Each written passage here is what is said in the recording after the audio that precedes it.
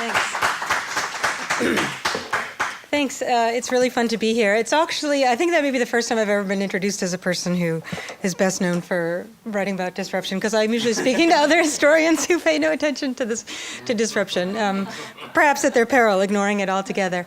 It's a real delight to be here today. And as a person who's not a foreign policy expert, nor a thought leader, I'm really here, and I really appreciate the invitation that Dan proffered, to try to provoke you a little bit to think about the long, sweeping change over time and where ideas come from and how we value and evaluate them.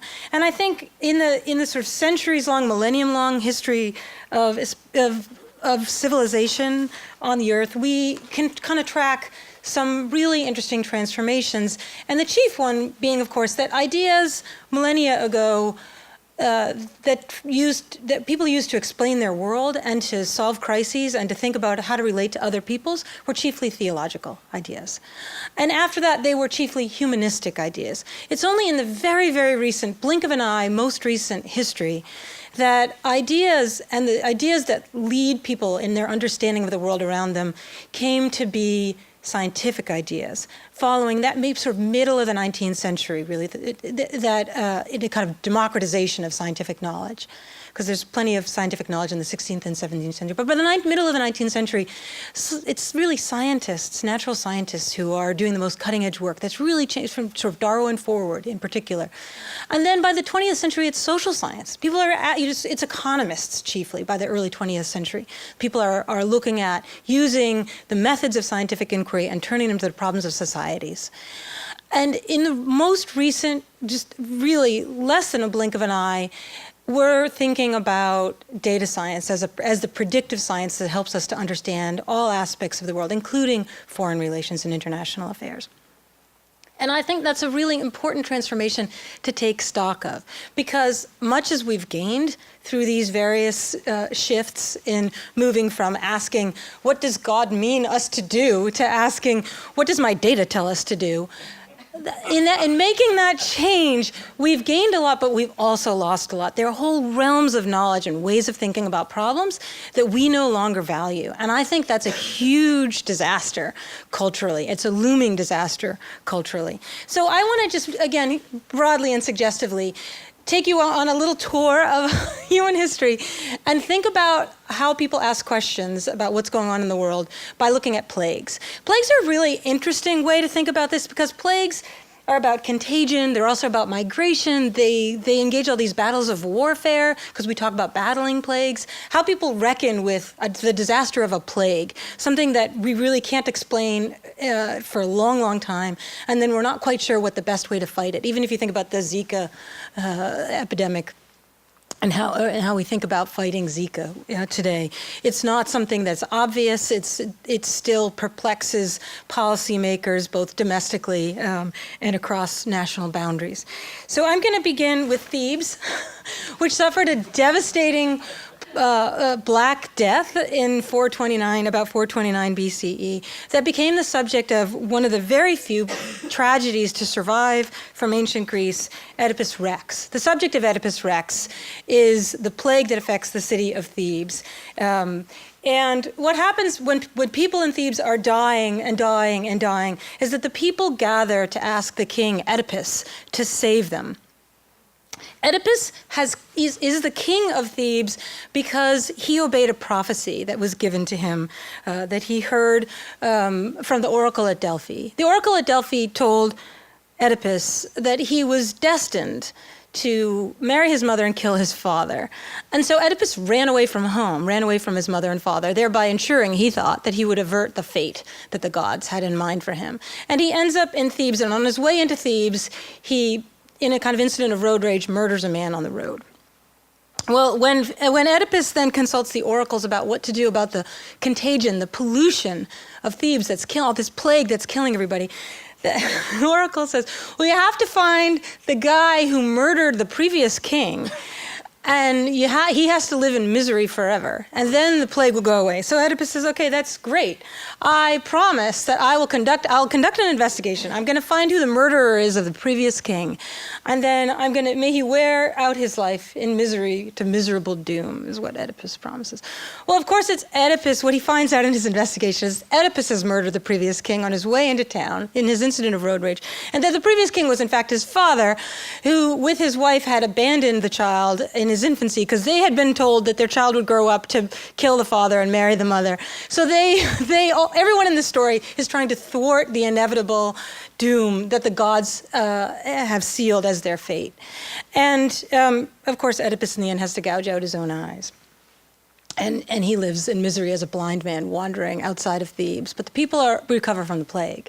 So, but the reason that Sophocles wrote this tragedy, people in ancient Greece were paid, citizens had to go to the theater. You were paid to go to the theater. It wasn't like you didn't pay to go. You were paid to go. It was an obligation of citizenship. And the reason people went to see Oedipus Rex was that it was a moment in Greek history when people were beginning to doubt the gods. Like, did the gods really did they decide what happens to us or not? And the play is about, can you actually circumvent the destiny that the gods have in mind for you? Because if Oedipus and his parents had never listened to the gods' prophecy, maybe it wouldn't have come true. And actually, the play itself is greatly about doubt. It's about asking, who has control over our fates? Is it the gods or is it men? And so it's a really important way that the culture as a whole came to terms with plague and with the idea of destiny. And it's a really useful contrast, I think, to what emerges later on. So I'm going to talk about a few other, these are case studies. I love calling them case studies, like as if it's like a HBS kind of a thing. It's not an HBS. This is not your HBS style case study. Okay, so we have Thebes in 400 BCE. Now we're going to jump ahead in time, centuries ahead in time, to Tenochtitlan, which we now know as Mexico City in 1521, the year that Cortez arrives. The Aztec population of what is central Mexico was about 30 million in 1519 before Cortez and the Spanish conquistadors arrived. Within a dozen years, it was 3 million. So imagine 90% of everybody you know dying, whether you would have an interest in continuing to live or not. The massive cultural trauma that is the death, and most of it is due to smallpox, which is a virgin soil epidemic. No one in the New World has suffered smallpox before. There is no immunity. Even people who are strong and likely to survive it don't survive because they die of dehydration because there's no one to bring them water because everybody else is dying. Smallpox epidemics are what wipes out, really, in a literal sense, decimates the population of the New World. And the native peoples come to understand it in their own theological way as a judgment from God. And one of the reasons that the death toll is so great is that people come to believe they're being punished for something they don't know what. And the Spanish tell them they're being punished for violating the laws of nature because they engage in human sacrifice, and that they therefore must die. And this is God's wrath. This is the wrath of the Christian God. This is how the Spanish Catholics in New Spain understand it. This is how French Catholics in New France understand the decimation of the native population in New France. It is that it appears visibly that God wishes that they yield their place to new peoples.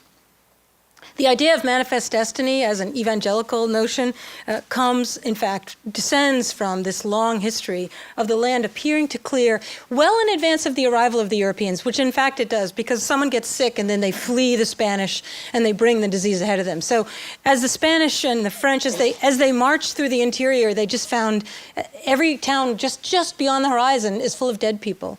And they hear just days ago everybody there was alive. It feels like an act of God, and that God is on the side of the colonists. This is, of course, how John Winthrop, the first governor of Massachusetts Bay, here where you all are, Winthrop settled Boston in 1630. This is how he understands how it just seemed miraculously by the time the English arrived in Boston in 1630, they're just the three hills of Boston were filled with dead Indians. The natives are all dead of smallpox. The Lord hath cleared our title to what we possess. So this is a really important transformation in the understanding of plague.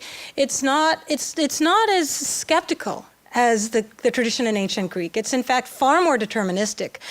Plague is an active God, and what we need to understand is why God is sending this plague. In this case, the colonists believed that God was sending, the English believed that the God was sending the plague to punish the Indians for their savagery, for their heathenism. But of course, plagues hit the colonists as well. Boston suffers a very severe smallpox epidemic in 1721. And Zabadale Boylston, a doctor who spent a lot of time in London, argues for inoculation. That is, taking the virus, just removing a pox from someone who's sick and attaching it to someone who's well. The basic idea of vaccination is a new idea. It's a really controversial idea. And among the reasons it's controversial because it subverts God's will. But also because these are live viruses and a certain number of people who are vaccinated in this fashion will in fact die. So it's a risky thing to do. So there are a lot of people that argue against vaccination, including, if you look at the imprimatur down here, J. Franklin, that's James Franklin. That's Benjamin Franklin's older brother, James. Benjamin Franklin sets this type. Benjamin Franklin works as an apprentice to his brother.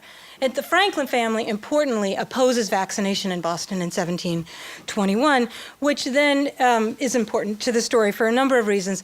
But what's really interesting about the smallpox controversy in Boston in 1721 is that Boylston, after it's all over, prints, both in Boston and in London, a really careful scientific account, a quantitative account of the disease itself. And this is the work that we associate with the scientific revolution. That is the collecting and circulation of data. And there's a speed of communication here through the printing press, and the printing press across the Atlantic, right? There's really different disease environments in the New World and in the Old. And there's this incredible excitement of this shared information. This account goes to the Royal Society in London, and people begin to really understand disease and its spread in a new way. So what's so important about this is really the printing. Franklin then he runs away from his apprenticeship and he moves to Pennsylvania, where he starts his own newspaper. And in 1736, there's a terrible smallpox epidemic in Pennsylvania, and Franklin decides not to vaccinate his 4-year-old son, Frankie Franklin, who then dies. Franklin just kind of couldn't decide. And he so regrets not vaccinating his son that he prints in his newspaper an account of his son's death and urges everybody to get their kids vaccinated for smallpox. And it's a really important conversion. But it's really important for Franklin because just a few years later, Franklin founds what is really the first think tank, I suppose, in the Western world, the American Philosophical Society, which he founds in 1743. In Pennsylvania. And Franklin is also the Postmaster General, and he's decided there are men of learning all over the world. And if we could have them communicate with one another, we could share all that we know and we would accelerate our production and sophistication of knowledge. And so the American Philosophical Society is a building, but it's mainly a corresponding society. People they write letters. So you'll report from your town what your smallpox rates were this year, and you'll report from your town what they were this year, and we will accumulate it. So it's really vitally important secularization of the idea of the combat of disease that we think about in the 18th century. And Franklin is instrumental to that. That falls under the realm of philosophy. Science was called philosophy at the time. It was just natural philosophy. Franklin is a philosopher in that sense. But it's the speed of communication that's so crucial to him. It's gathering together people from the far-flung parts of the world to share what they have locally observed. It's a kind of globalist moment. And that's a hugely important and tremendously exciting piece of what then makes this world more familiar to us, that we can see in an epidemic I want to talk about from 1929. You recall the great stock market crash of October of 1929. You may not know about the great parrot fever panic of December of 1929. But in December of 1929, a bunch of little old ladies across the country got sick, and some of them started dying, seemed to be dying. And they had one thing in common. They had all been given parrots for Christmas presents. And so there was this outbreak of this mysterious parrot disease. Telegrams are sent, and the United States Public Health Service in Maryland begins conducting an investigation, now using the latest methods of microbiology. And they're really also relying on the newspaper and the way that Franklin thought about the sharing of knowledge through print and through correspondence, because they're sharing cases. But what they also do, you're supposed to collect your dead parrot and ship it to Maryland. And so the boxes of dead parrots get sent all over. It's a huge panic. So, for instance, there are a lot of prisoners at Sing Sing who have parrots, and they all have to murder them. They're like, people go to town commons and they burn all their parrots and they bury them. It is a parrot panic. It's a disease. It's a spread of disease, but it's very lavishly covered in the newspaper because a guy who wanted to promote the federal government's funding of scientific laboratories started a thing called the Science News Service. It was a wire service in the 1920s, started in 1922. So all these stories that are planted in newspapers across the country are actually wire service stories that are written by people whose job is to promote scientific answers to social and political problems. So everybody knows about the parrot fever panic, even though no one has died yet. Biology is the kind of science of the 1920s in the wake of the First World War. If you think about the influenza epidemic in 1918 and its tremendous devastation, but then the sanitation corps of the First World War and their work with hygiene and new forms of bandages and new kinds of surgeries that come out of that war, biology is really kind of where it's at. And it becomes tremendously sexy when this guy, Paul de Kruif, writes this book called Microbe Hunters, which is, they're kind of like profiles in courage of these great microbiologists in their valiant fight to end disease. So the guy at the U.S. Public Health Service who fights parrot fever, who examines all the dead parrots and is trying to identify the virus and come up with a serum for it, he later says in an autobiography, he writes, "We were on the alert for it." They, at the United States Public Health Service, were waiting for just this kind of a disease, just this kind of an epidemic that would capture the nation's attention, which they then fought successfully. They isolated the germ. Miraculously, just before people Freudians began saying the whole thing was largely imagined, which in fact, much of it was, although some people did die, including people in the lab at the United States Public Health Service where the work was done.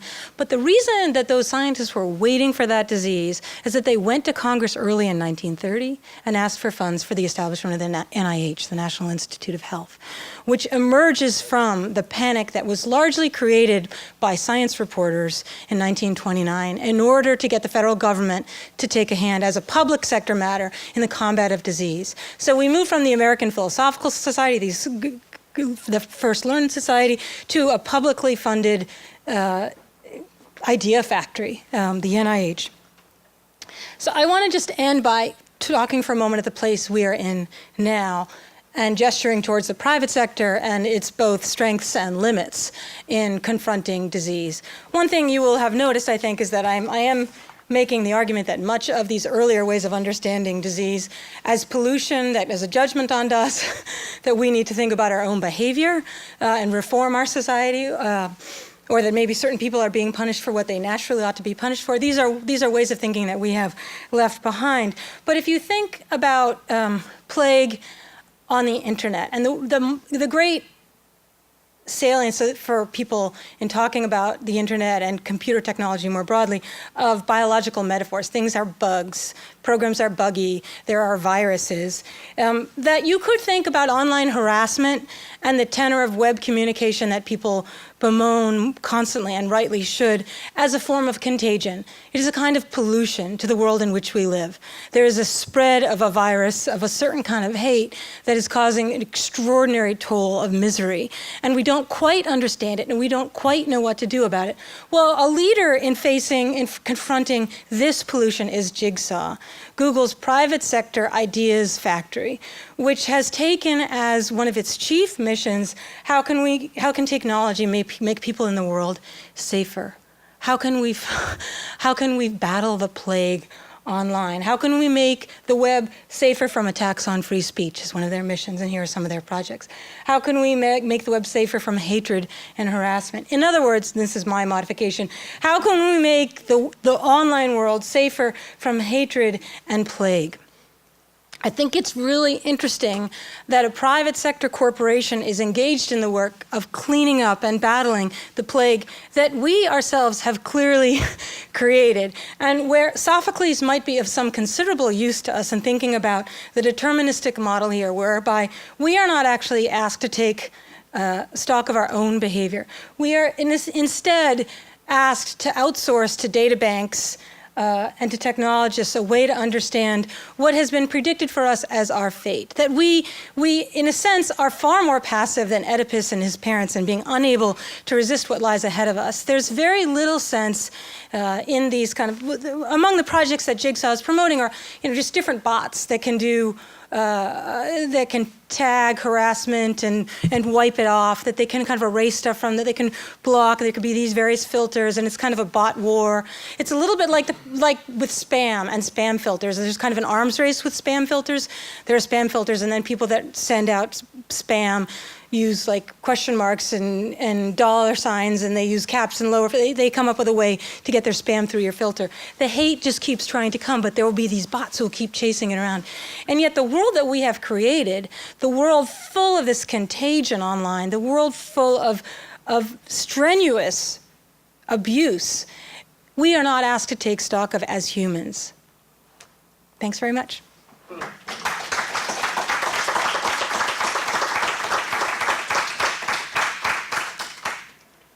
Yeah. That's very interesting. I think if you're thinking about plagues, the AIDS plague offers a really interesting combination of things. Some people saw it as a judgment from God. There's a private sector response because of a profit motive. There's a public sector response. There's kind of a grassroots level response as well. And ultimately in many ways it was successful along a number of dimensions. Mm-hmm. But I think it also shows you said we lost something with not being like Sophocles.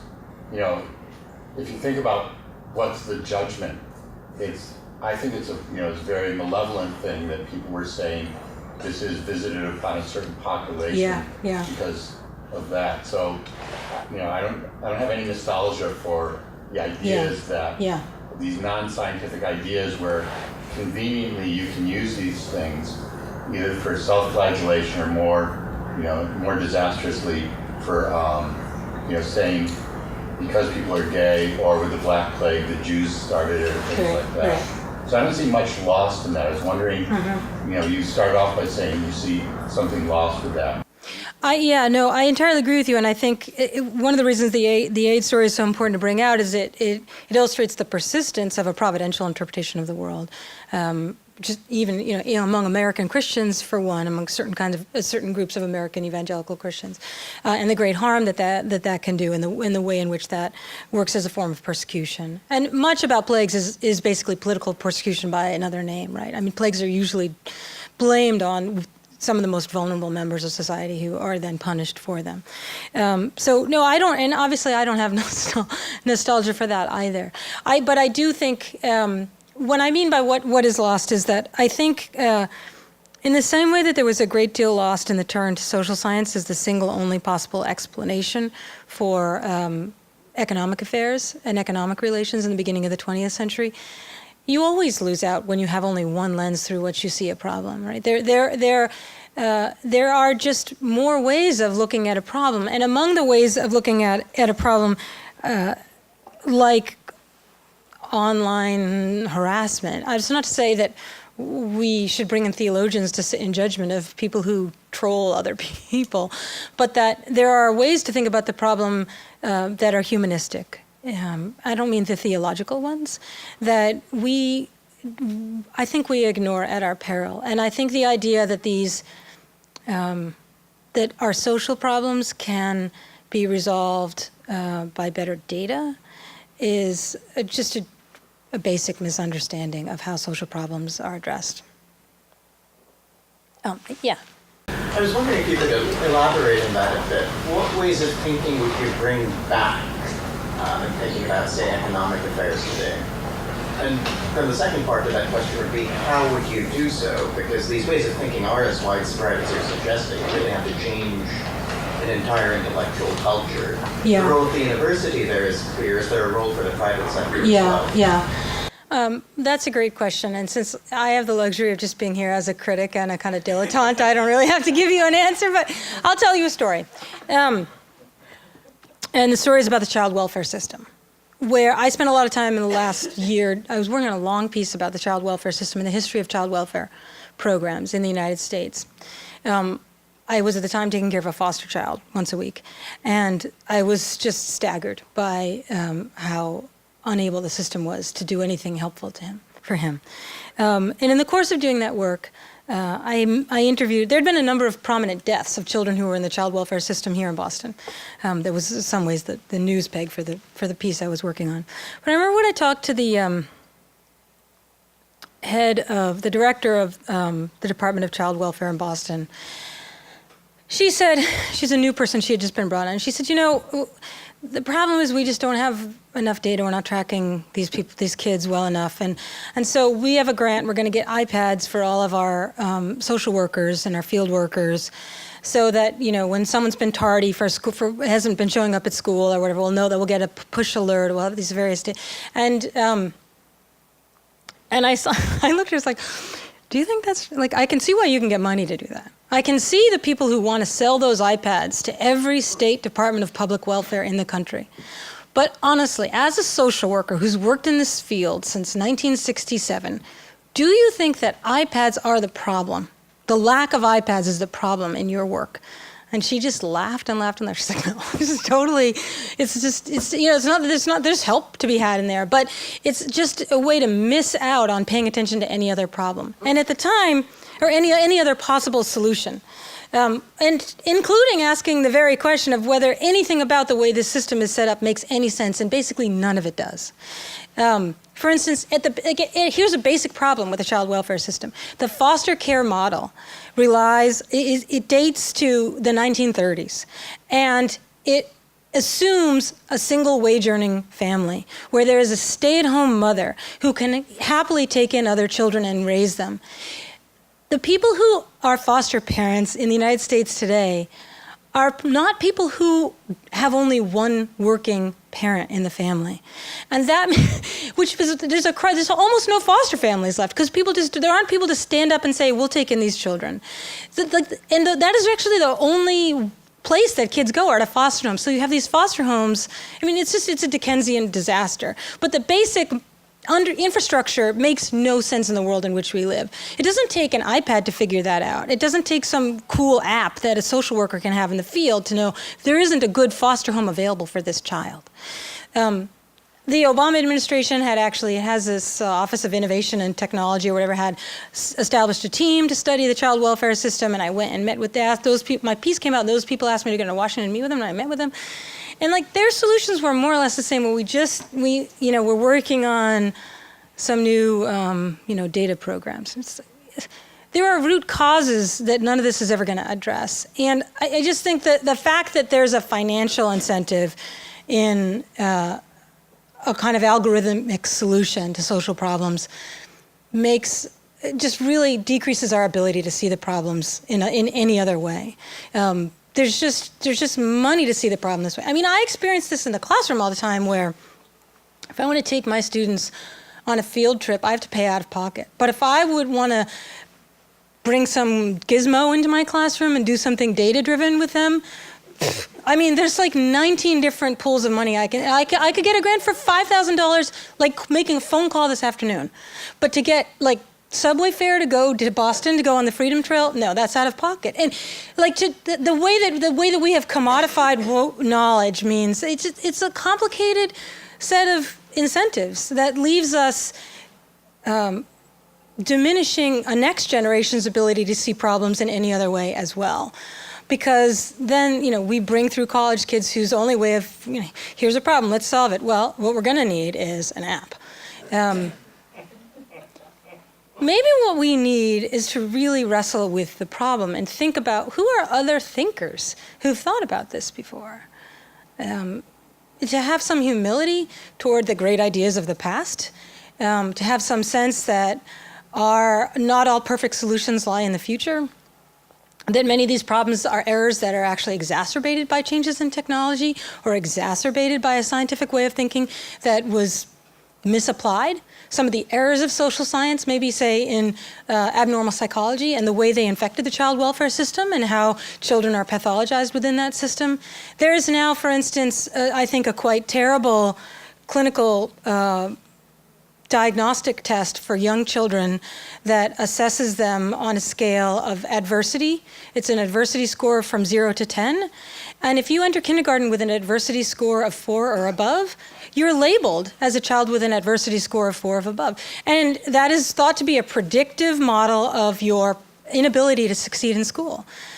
So we think we're sophisticated and having a kind of critique of the IQ test as a social science project gone wrong a century ago, but we have just recreated those forms essentially of using predictive science to label certain people as hopeless. And that's where I think we're kind of returning to the very worst part of what it is to live in a deterministic society. Yes. This was a fascinating talk, and the thing that struck me is that in each of your examples is what happens after the plague is over, which is the degree to which whoever comes up with the explanation that seems to satisfy the most, there's a shift in power, as it were. So when the conquistadors explain to the Aztecs, it's because you've wronged God, it makes it that much easier. I mean, obviously the plague itself helped, but it makes it that much easier for them to subjugate the population. When the parrot, panic spreads, it allows the government to create the NIH as a way of trying to, allay these kinds of fears. And now we're in a world where, Google says that it can detect things like pandemics through search engine optimization, through detecting, what's being searched and where and so on and so forth. So I guess my question is that in going forward, the kinds of contagions and plagues you're talking about, whether they're actually, epidemiological or online, if it's the private sector that offers the most compelling story, and I take your critique about what that is, but if that story is thought to be the most compelling, will you see a shift in power where in fact it winds up being these private sector authorities that explain to everyone this is the way the world works? Yeah. That's a really great question. So I did all this research into the parrot fever panic in 2008 or 9, whatever it was, the swine flu panic. Remember the swine flu panic? And I got a call from my editor at The New Yorker saying, could you write a piece that helps us understand as a matter of history what's going on with the swine flu panic? And I happened to be about to get on a plane. And I said, well, I don't know, I tell you, here's how little I understand the swine flu thing. I've been following the Google Trends, which is like the only thing people are following. And Joe Biden said, don't get on a plane, and on Good Morning America or something. Remember that Joe Biden was like, and I don't know if I should be getting on a plane. Like, am I going to die? Like, are we just all about to die, or is this completely an imaginary thing? And I found it impossible to tell. And he said, well, could you write about the 1918 influenza epidemic? And I said, no, I cannot, because that would be completely irresponsible as a matter of historical thinking. Millions of people died. And as I've just said, I don't know if we're all going to die or if this is just like Google imagined this. And so he said, well, maybe you could write about that. And so then I went reading on the history of the combat of epidemic diseases, and I came across this parrot fever thing in a footnote. And I thought that's really interesting because there it was really hard to tell. And it was about a kind of new communications technology at the time, which was the social science wire service, which is not unlike Google Trends, honestly, and on the internet. And where people found it very difficult to tell, and where there were people who were invested in a particular outcome. So it worked really well as a piece. And then, because I published in the New Yorker, it's a story called It's Spreading. But something that was really gratifying to me was how I got an email afterward that the entire staff of the CDC and the NIH was required to read my article, to think about what it means to spread news of a disease before you understand a disease, like how to strike the balance between giving fair warning and escalating a problem, which is the thing that they were really thinking about, and that people were especially thinking about because Google Trends and because the internet and the speed of the internet meant that the spread was just so much more accelerated. And what I found striking about that, to just sort of circle back to yours, is it was so unusual for there to be a piece like an essay by a humanist that's purely historical, that could seep, beneath the door like an anonymous letter to the CDC or to, Google's headquarters, Google HQ, saying, here's a different way of thinking about this problem. It's structurally, and that's what I think I just kind of want to leave you with today, thinking about the private sector. It's very, very difficult for voices within the academy that are humanistic or maybe even still social scientific, except for economists, to actually get out the door and get onto a platform where people actually listen to them, which is, again, why I'm delighted to be here with you all today, and I hope you have a fantastic conference.